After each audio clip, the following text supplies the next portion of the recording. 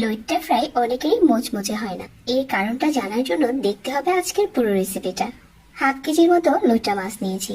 প্রথমে পরিষ্কার করে নিয়েছিলাম, তারপর মাছ বরাবর কেটে নিচ্ছি। আপনি চাইলে মাছগুলোকে আরো ছোট টুকরো করতে পারেন।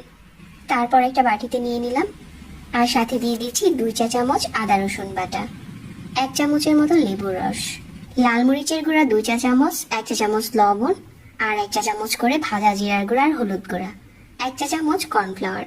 মাছের সাথে মশলাটা খুব ভালো করে মিশিয়ে নিচ্ছি। এখন নিয়ে নিচ্ছি 1 কাপ চালের গুঁড়া, সাথে 1/2 চা চামচ করে দিয়ে দিচ্ছি ভাজা জিরার গুঁড়া আর মরিচের গুঁড়া, স্বাদ মতো লবণ আর 1 চা চামচ ময়দা। শুকনো উপকরণটা একবার মিশিয়ে নেওয়ার পর পানি দিয়ে পাতলা একটা গোলা বানিয়ে নিচ্ছি। এটা খুব বেশি ঘন হবে না, কিছুটা পাতলা হবে। যে মাছটা আমি আগে থেকে ম্যারিনেট করে রেখেছিলাম এখন এই গোলাতে ডুবিয়ে গরম তেলের উপরে দিয়ে দিচ্ছি। একদম গরম তেলে ছাড়তে হবে। তারপর মিডিয়াম আঁচে ক্রিস্পি করে ভেজে নিতে হবে।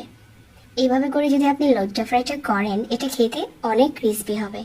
এটা এভাবে সসের সাথেও খাওয়া যায়, আবার চাইলে এটা ভাতের সাথেও খাওয়া যায়।